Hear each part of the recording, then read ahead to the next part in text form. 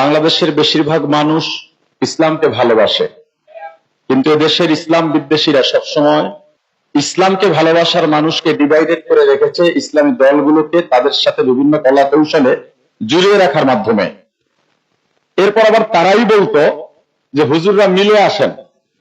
এবার হুজুররা মিলেছে, এখন বিরোধিতা করেন কেন?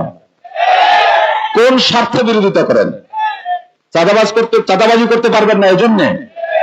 শরিয়া আইন মানে না, কেন মানে না? তাহলে চাঁদাবাজি করতে পারবে না, লুটতরাজ করতে পারবে না। মুক্তিগামী জনতা, আপনাদের কাছে জানতে চাই, যারা সর্বশেষ ক্ষমতায় বারবার 5 বার দুর্নীতিতে বিশ্ব চ্যাম্পিয়ন হয়েছে, তারা এখন কোন সফলতার দাবি তুলে ভোট চাচ্ছে আমাদের কাছে? যদি বলে যে 17 বছরে তারা শোধ হয়ে গেছে, কতবার শোধ হয়েছে তা তো 5 আগস্টের পর আমরা দেখতেই পেয়েছি। যাদের ঘরে চুলা জ্বলতো না, তারা এখন কোটি কোটি টাকার মালিক হয়ে গিয়েছে। দেশের মানুষ ক্ষমতায় যাওয়ার আগেই তাদের অত্যাচার অধিষ্ঠিত হয়ে আছে। আপনাদের শপথ নিতে হবে, ছড়িয়ে পড়তে হবে ইসলামের দাওয়াত নিয়ে। এবার রাষ্ট্র ক্ষমতা ইসলামকে বসাতে হবে।